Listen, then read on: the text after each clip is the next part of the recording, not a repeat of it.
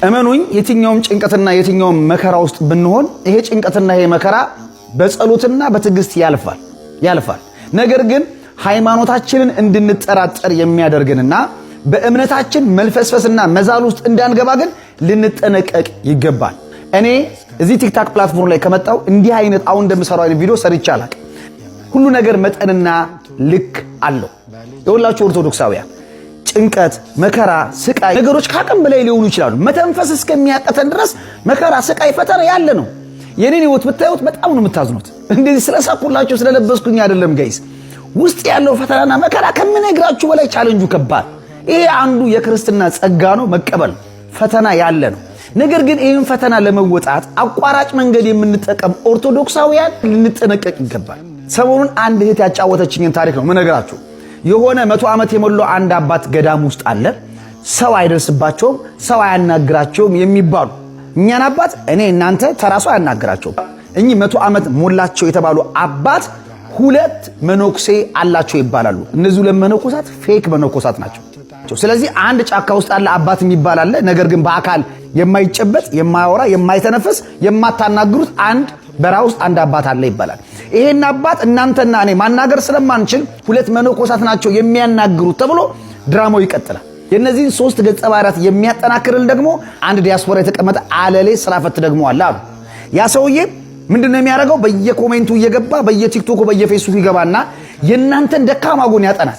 ከዛ ይገባል። ስትገቡ ፎቶግራፉ ቪዲዮዎቹ ሁሉ የሚያሳዩት አሜሪካን፣ ካናዳ፣ አውስትራሊያ እንዳለ ነው የሚያሳየው። የተመቻቸ ኑሮ እንዳለው ነው የሚያሳየው። ስለዚህ ገብቶ ያናግራችኋል። የእናንተን ደካማ ጎን ያጠናል፣ ፈተናችሁን ያጠናል፣ ምሬታችሁን ያጠናል፣ የህይወታችሁን ስቃይ ያጠናል። ከዛ በውስጥ ገብቶ ያናግራችኋል።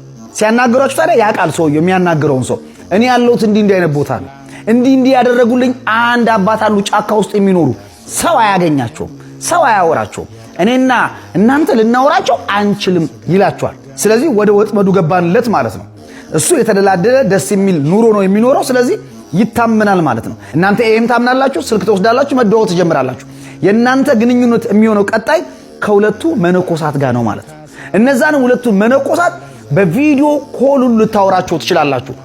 ቆባቸውን አድርገው ቀሚሳቸውን አጥልቀው እነዚህን 2 ሴት መነኮሳት ልታናግሯቸው ትችላላችሁ። ምናልባት እንኳን ተጠራጥራችሁ አባን ማግኘት እፈልጋለሁ የምትሉ ከሆነ በፍጹም አይቻል። ከሰው ጋር የማይገናኙ እጅግ ጻድቅ የሆኑ አባት ናችሁ ትባላላችሁ።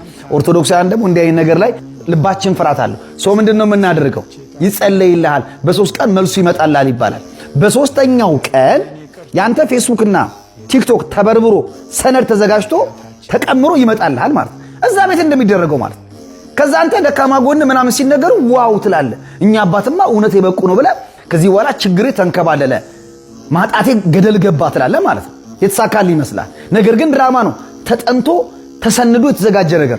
እነዚህ 2 መነኮሳት አባጋ የሚሄድ ጧፍ፣ ዘቢብ፣ መገበሪያ ምናምን እየተባለ እንዲያስፈልጋል ቤተክርስቲያን ልንሰራ ነው ምናምን ተብሎ ብቻ ብዙ ነገሮች ይነገራል። አንተ ገንዘብን ትልካል። ፋይናሊ አንተ ጥያቄ መጠየቅ ስትጀምር ከሁሉ ነገር ብሎክ ትደረጋለህ ማለት። እነዛም 2 መነኮሳት ፌክ ናቸው ይጠፋሉ። ያም ዲያስፖራ አለው የሚባለው ሰው ይጠፋል ማለት።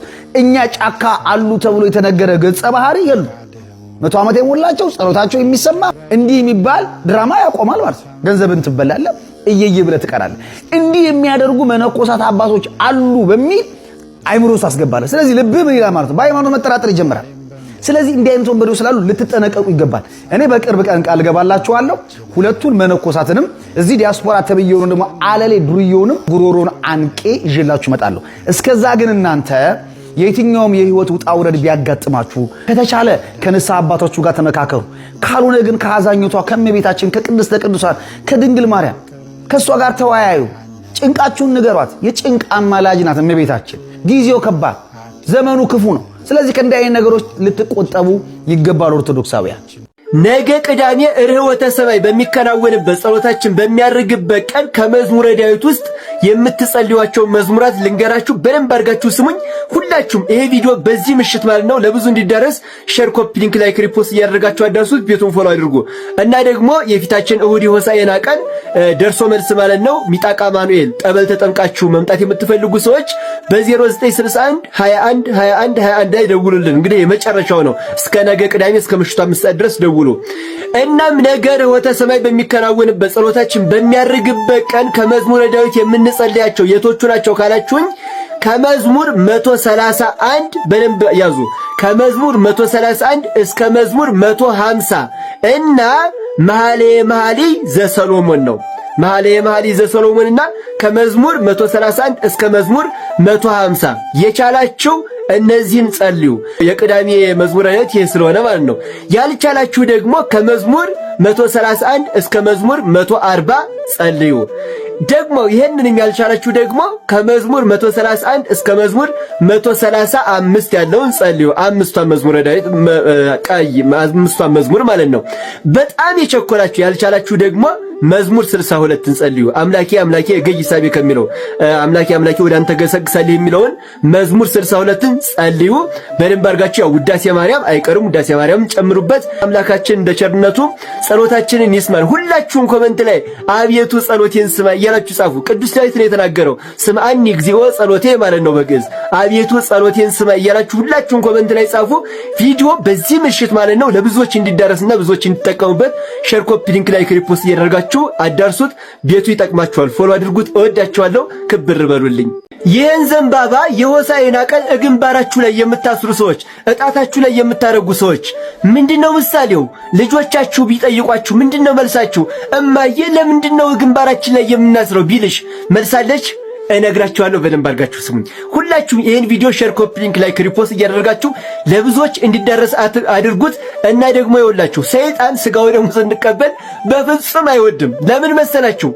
የሆሳዕና ቀን ተዘጋጁና የሆሳዕና ቀን እንቁረብ ብዬ የሰራሁትን ቪዲዮ ምንም ነገር ጥሰት አላደረኩም። ነገር ግን ኮሚኒቲ ጋይድላይን ብሎ አውርዶብኛል። ሌላ እስከዛሬ ወርዶብኛ አያውቅም። ስለዚህ በዚሁ አጋጣሚ የሆሳዕና ቀን ነገ እንቆርባለን። እንግዲህ ሰይጣን ይፈነዳም እንዲሆን እናያለን። እና ደግሞ ትብብራችሁ ያስፈልገኛል። አሁንም ድጋሚ እንዳይዘጋብኝ ኮፒ ሊንክ አድርጉልኝ። ፕሮፋይሌ ጋር እየገባችሁ ማለት ነው፣ ዋና የኔ እንትን ጋር እየገባችሁ ኮፒ ሊንክ በደንብ አድርጉልኝ። እና ይሄንን የምናስረው ለምንድን ነው ካላችሁኝ ኢየሱስ ክርስቶስ ወደ ኢየሩሳሌም ሲገባ ማለት ነው በአህያዋና በውርንጫዋ ላይ ሆኖ ሲገባ ወተቀበልዎ ሕዝብ ብዙሃን፣ ብዙ ሕዝብ ተቀበሉት ይላል። ምን እያደረጉ ተቀበሉ ካላችሁኝ ዘንባባ ይዘው ሆሳዕና በአርያም በሰማይ መድኃኒት መባል ላንተ ይገባል እያሉ ሆሳዕና በአርያም እያሉ ዘንባባ የዘንባባ ዝንጣፊ ይዘው ስለተቀበሉት ዛሬ እኛም በራሳችን ላይ እናስራለን፣ በጣታችን ላይ አንዳንዶቻችን እናረጋዋለን። ስለዚህ የዚያ ምሳሌ ነው ማለት ነው። ስለዚህ ልጅሽ እማዬ ይሄን ለምንድን ነው ቢልሽ አይ ልጄ ክርስቶስ ወደ ኢየሩሳሌም ሲገባ ሕዝቡ የዘንባባ ዝንጣፊ ይዘው ስለተቀበሉት እኛም የዚያ ምሳሌ ነው የምናደርገው ብለሽ ንገሪው። ሃይማኖትሽን አስተምሪው ለልጅሽ፣ አስተምረው ለልጅሽ። ስለዚህ የዚያ ምሳሌ ነው። እስቲ ሁላችሁም ኮሜንት ላይ ሆሳዕና በአርያም እያላችሁ ጻፉልኝ። ማንም ሰው ሳይጽፍ እንዳይሄድ ሆሳዕና በአርያም እያላችሁ ኮሜንቱን አጥለቅልቁት። መድኃኒት መባል በሰማይ ላንተ ይገባል ማለት ነው ትርጉሙ። ሁላችሁም ቪዲዮን ሼር፣ ኮፒ ሊንክ፣ ላይክ፣ ሪፖስት እያደረጋችሁ ለብዙዎች እንዲዳረስ አድርጉት። ቤቱን ፎሎ አድርጉት። እወዳችኋለሁ። ክብር በሉልኝ።